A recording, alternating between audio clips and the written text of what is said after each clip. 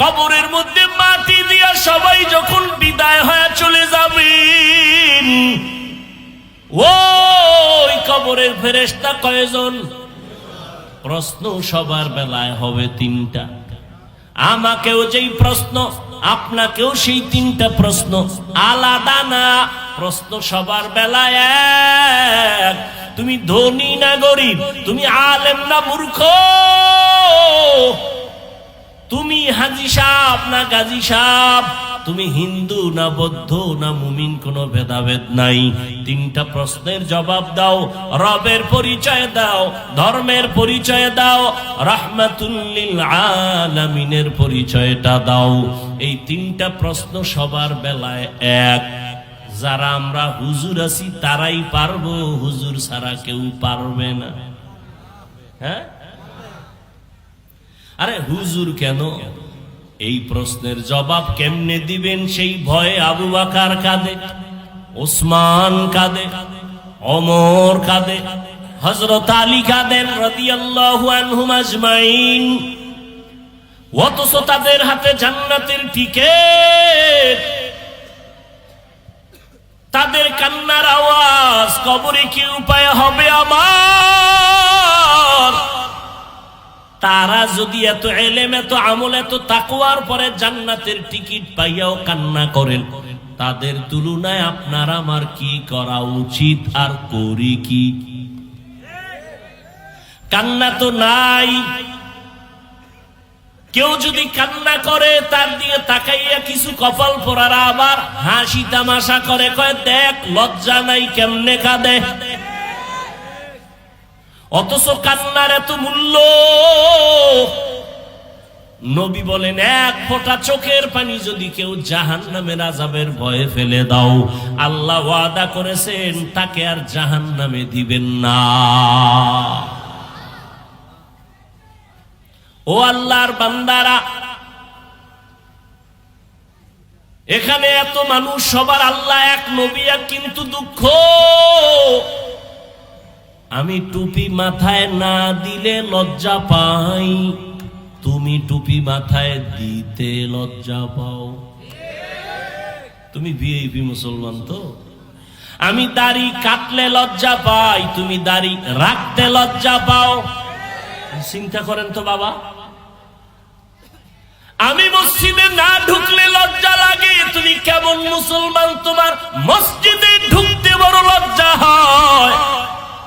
আমি পর্দা না করলে লজ্জা লাগে, তুমি পর্দা করতে লজ্জা করো।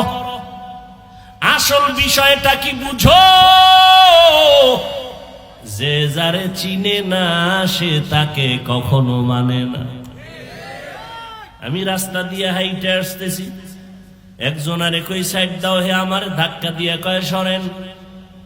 যখনই টের পাইছে আমি হাফিজুর রহমান, বান্দা জিব্বায় কামড় দিয়ে কয় হুজুর মাফ করে দেন, চিনি নেই। যে যারে চিনে না সে তারে কখনো মানে না, আর যে যাকে চিনে সে তাকে মানার মতো মানে, জীবনটা পর্যন্ত দিয়ে দেয়।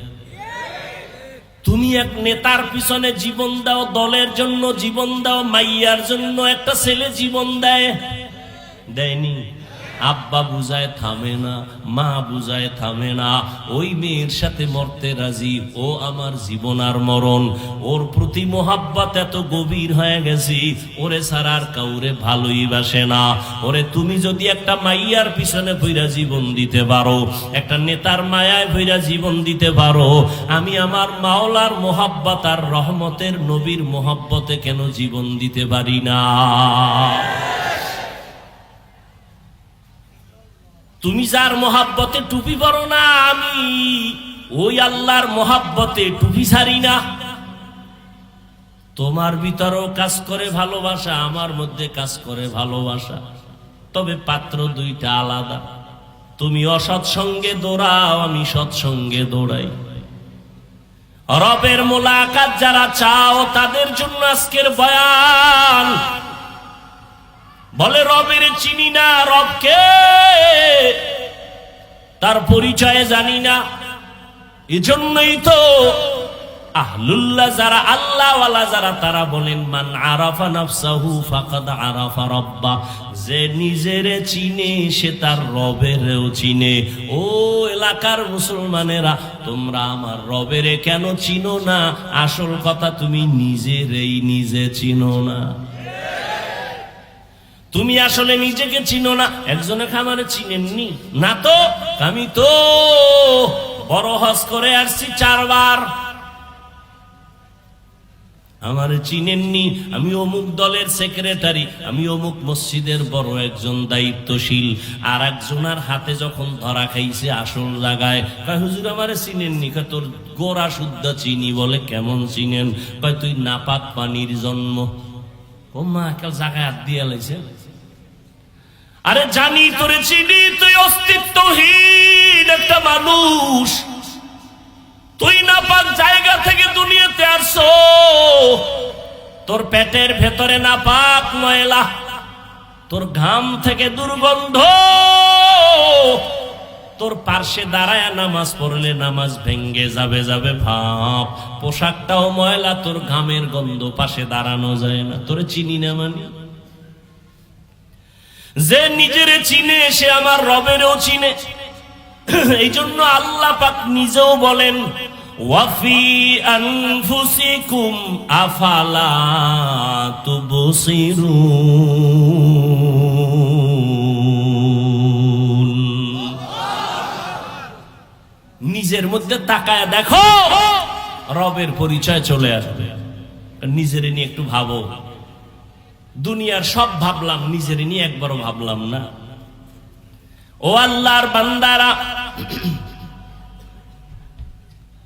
আমাকে এত সুন্দর করে কে বানাইছেন? একটু চিন্তা করো। দুনিয়ার সরকার টাকা বানায়, 500 টাকার নোট আলাদা, 1000 টাকার নোট আলাদা, 100 টাকার নোট আলাদা। এগুলো বানানোর মেশিন আলাদা, ডাইস আলাদা।